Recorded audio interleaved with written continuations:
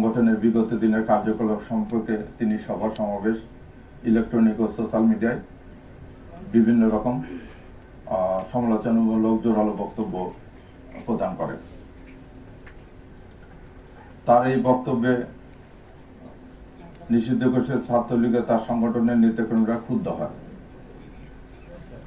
আপনারা জানেন, ভিকটিমকে গুলি করা এজার নামে পলাতক আসামি ফয়সাল করিম মাসুদ ওরফে রাহুল ওরফে দাউদ নিষিদ্ধ ঘোষিত ছাত্রলীগের রাজনীতির সাথে জড়িত ছিলেন।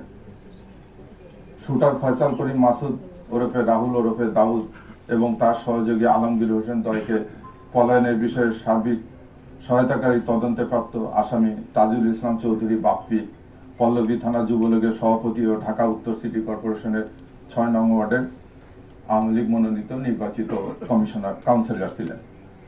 কাজে আসামিদের রাজনীতি পরিচয়, ভিকটিমের পূর্ববর্তী বিভিন্ন রাজনৈতিক বক্তব্য থেকে তদন্তে প্রকাশ পায় যে রাজনৈতিক প্রতিহিংসার কারণে শরীফ ওসমান হাদি ওরফে ওসমান গনিকে গুলি করে হত্যা করা হয়। সার্বিক তদন্ত ও সাক্ষ্য প্রমাণে ধৃত আসামিদের স্বীকারোক্তিমূলক জবানবন্দি ফৌজদারি কার্যবিধির ১৬৪ ধারায় রেকর্ড করা হয়।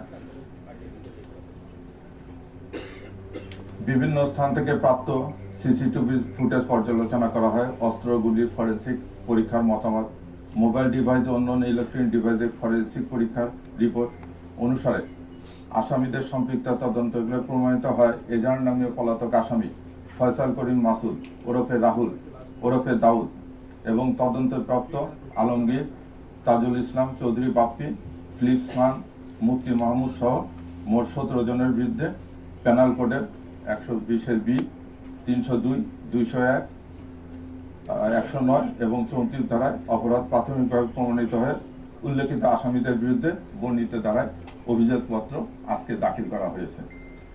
ভবিষ্যতে এই মামলা সংক্রান্তে আরও কোনো তথ্য প্রমাণাদি বা কারো সংশ্লিষ্টতার প্রমাণ পাওয়া গেলে বিজ্ঞ আদালতে সম্পূরক অভিযোগপত্র দাখিল করা হবে।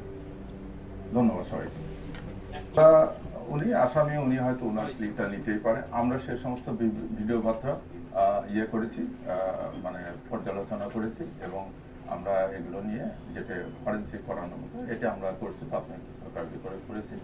করে যেটা দেখা যাচ্ছে যে এটা উনি বলতে পারে, উনি আসামি, উনি বিভিন্ন কথা বলতে পারে, কিন্তু আমাদের যে তদন্ত এবং তথ্য প্রমাণ যেটা আমরা পেয়েছি এটা আমরা নিশ্চিত হয়ে আমরা এই অভিযোগপত্র দাখিল এগুলো এখন ইয়ের ব্যাপার। এটা ধরেন চার্জশিট হয়ে গেছে, এখন উনি অভিযোগ দাখিল, আদালত তাকে অভিযুক্ত করার পর আপনারা জানেন যে চার্জ গঠন হবে। চার্জ গঠন হওয়ার পর এই প্রক্রিয়া যাওয়ার পর তারপরে আমরা নিশ্চিত হওয়ার পর তারপরে হয়তো এই পার্সেন্টেজগুলো করবে, এটা রাষ্ট্রীয় অন্য সংস্থা করবে। আবার যদি আমাদেরকে বলে তাহলে আমরা দাবি করতে পারে, সে অনেক কিছু দাবি করতে পারে। আমরা যেটুকু ঘটনা পারিপ্রেক্ষিকতা আপনারা জানেন যে টোটাল ১৭ জনের বিরুদ্ধে আমরা চার্জশিট দিয়েছি বলতে, এই ১৭ জনকে জিজ্ঞাসাবাদ করে তাদের তথ্য প্রমাণ এটা তদন্ত করে আমরা যেটা পেয়েছি আমরা সেই অবস্থানে আছি। না এটা জানলে তো আমি ধরে নিয়ে আসতাম। আপনারা বলছেন ভারতের তথ্য প্রমাণ আসছে যেটুকু সেটুকু আমরা নিয়ে আসছি। আমরা অ্যারেস্ট করেছি ১২ জনকে। হ্যাঁ, আর পলাতক আছে ৫ জন। পলাতক ৫ জনের ভিতরে আছে আপনার বলে দিচ্ছে পলাতক ৫ জন আছে। ফয়সাল করিম মাসুদ আছে, তারপরে আলমগীর শেখ, তারপরে বাপ্পি, ফিলিপ, আর এটা হচ্ছে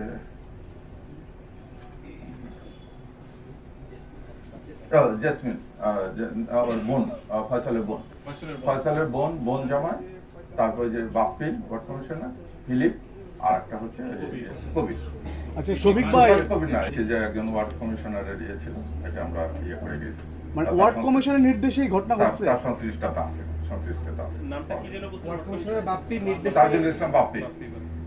শফিক ভাই, উনি যে পাঁচজনকে দাবি করে রেজাল্ট আসেনি, রেজাল্ট এখনো পাইনি, তবে আমরা মোটামুটি নিশ্চিত হয়েছি যে প্রাথমিকভাবে যেটা জানা গেছে যে তারাও ভিডিও বার্তাটা ঠিক আছে কিন্তু অবস্থানটা ইয়েতে না, পজিটিভ এসেছে।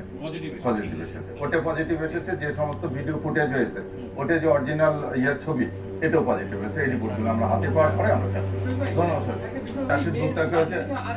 ওর ছোট বোন মাইনর তার সঙ্গে গিয়েছিল, ওই বান্ধবীর ছোট বোন। ছোট বোন। এটা আমরা আচ্ছা, ভারতের সাথে কি যোগাযোগ করা হবে? আদালতে গিয়েছে, বিচার কার্য শুরু হলে পরবর্তী কার্যক্রম অবশ্যই গ্রহণ করা হবে।